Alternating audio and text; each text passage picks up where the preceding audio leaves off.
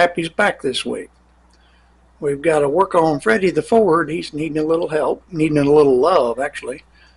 He's not running too well, and I need to be able to go pick up some stuff from my son's. He's moving out, so I've got to bring a lot of the equipment that I'd stored up there down here and put away in storage, and I need this truck to be able to pull a little trailer, and I don't think he's up for the task the way he's running.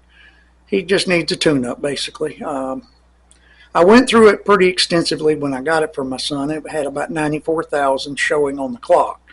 It's probably more like 194,000. It's only got a 5-digit odometer. So anyway, with that said, it's probably about time to tune it up again. I cleaned the fuel injectors and it seemed to help, but it was only temporary, and now I clean them again and they get better for a little bit, and then it's right back to not running good at idle. It's a little fumy. I don't think it's fanning out the pattern very well, and I've run into this on other vehicles and found out that it's just best to sometimes replace the injector when they get old if you don't have a way to pressurize clean them. It's just as easy for me to just buy a set that's already been remanufactured or cleaned properly through a machine, pressurized. So I found a set off of eBay for $75 that got a lifetime warranty or whatever, but I'm going to try to put those in. And this does have an 8-plug ignition system, so we're going to go ahead and change the spark plugs and put back in the original Motorcraft plug. I had auto light in it the last time. Maybe the Motorcraft will be a little better since that's what it came with. And we'll go from there. Just watch me work.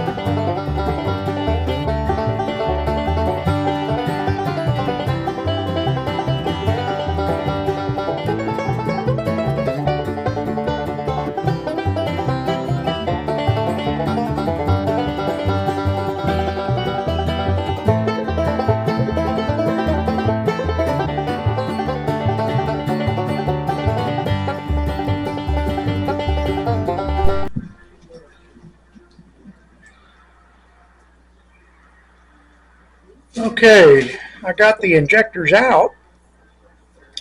I just wanted to go over with you that it's pretty straightforward. You just remove the two bolts that hold the rail in place, which keeps the injectors seated. You know, there's O-ring at each end. When you remove these, make sure that you fish the old O-ring out if it sticks up in the rail. I had one do it, almost a second one there, but make sure you get that old O-ring out. If you don't, you won't be able to get the new ones in properly, or they'll leak. But that's really the only thing you got to watch out for. And you can tell these, you can't really tell by looking at an injector. You can only tell by its pattern when it's sprayed. I'm just sure that there is some crap in here, you know, or crud. Um, and that's what I'm anticipating. I think they do work because it's running going down the road, but I don't think it's atomizing the fuel properly. And you pick that up more at idle, I would say, at under wide open throttle. But we're replacing them, and we hope that'll take care of the problem. All right, let's just get back to it and watch me work.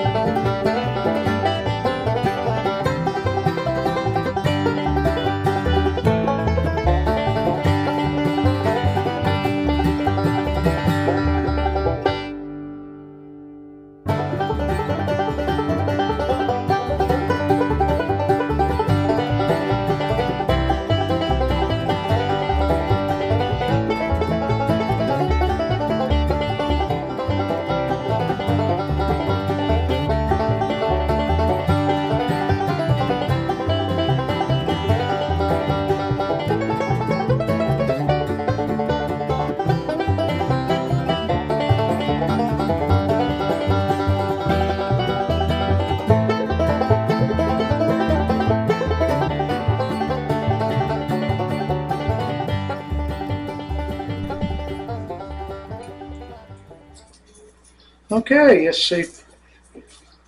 Let's see if after all this it'll run.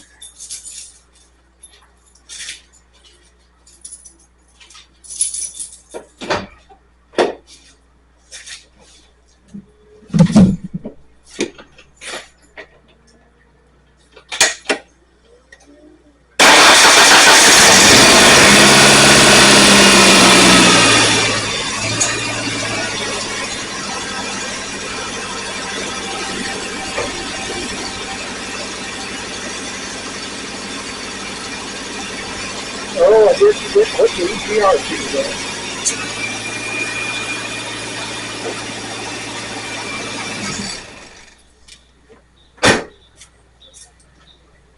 Let's see if we can get that hooked up without taking the wall back apart.